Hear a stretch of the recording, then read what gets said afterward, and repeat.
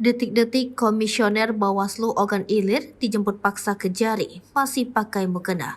Salah satu Komisioner Bawaslu OI, Karlina, hanya tertunduk saat dijemput tim penyidik dari Kejari Ogan Ilir. Karlina dijemput bersama seorang komisioner lainnya, yakni Dermawan Iskandar, pada Rabu 31 Mei 2023 petang, sekira pukul 17.30. Saat dijemput, Karlina tampak mengenakan mukena warna merah dan memasuki mobil tim penyidik, hingga tiba di kantor Kejari Ogan Ilir di Indralaya pada pukul 18.15.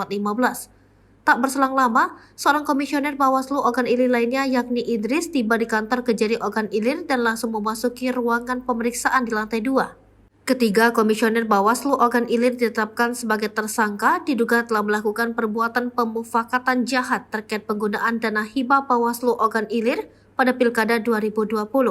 Ketiganya yakni Ketua Bawaslu Ogan Ilir Dermawan Iskandar serta dua orang anggota komisioner, Idris dan Karlina, di mana dalam kasus itu kerugian negara sebesar 7 miliar rupiah lebih.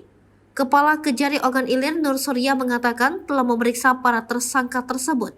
Penyidik akan melakukan penahanan kepada para tersangka selama 20 hari ke depan.